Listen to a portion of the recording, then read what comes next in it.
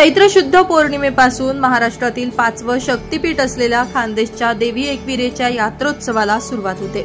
या पार्श्वभूमीवर मंदिर प्रशासनाकडून तयारी पूर्ण करण्यात आली।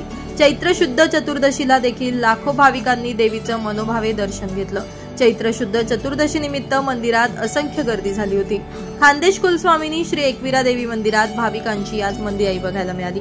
महाराष्ट्रातील 5वं शक्तीपीठ खान्देश कुलस्वामिनी श्री एकविरा देवी मंदिरात चैत्र शुद्ध चतुर्दशीला महाराष्ट्रासह गुजरात, मध्य प्रदेश राज्यातील भाविक मोठ्या संख्येने उपस्थित झाले होते। नवस फेडण्यासाठी तसेच लहान मुलांचं जाऊळ काढण्यासाठी भाविकांनी या ठिकाणी मोठ्या प्रमाणावर गर्दी केली होती।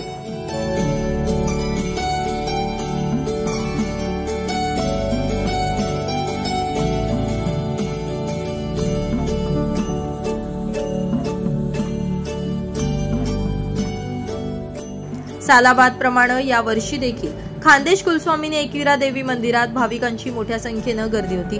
चैत्र शुद्ध चतुर्दशीला मंदिरात 1 ते 1.5 लाख भाविकांनी गर्दी केली होती। यावेळी मंदिर परिसरात भाविकांची झालेली गर्दी लक्षात घेता मंदिर प्रशासनाकडून विविध सोयी सुविधा देखील पुरवण्यात आल्या।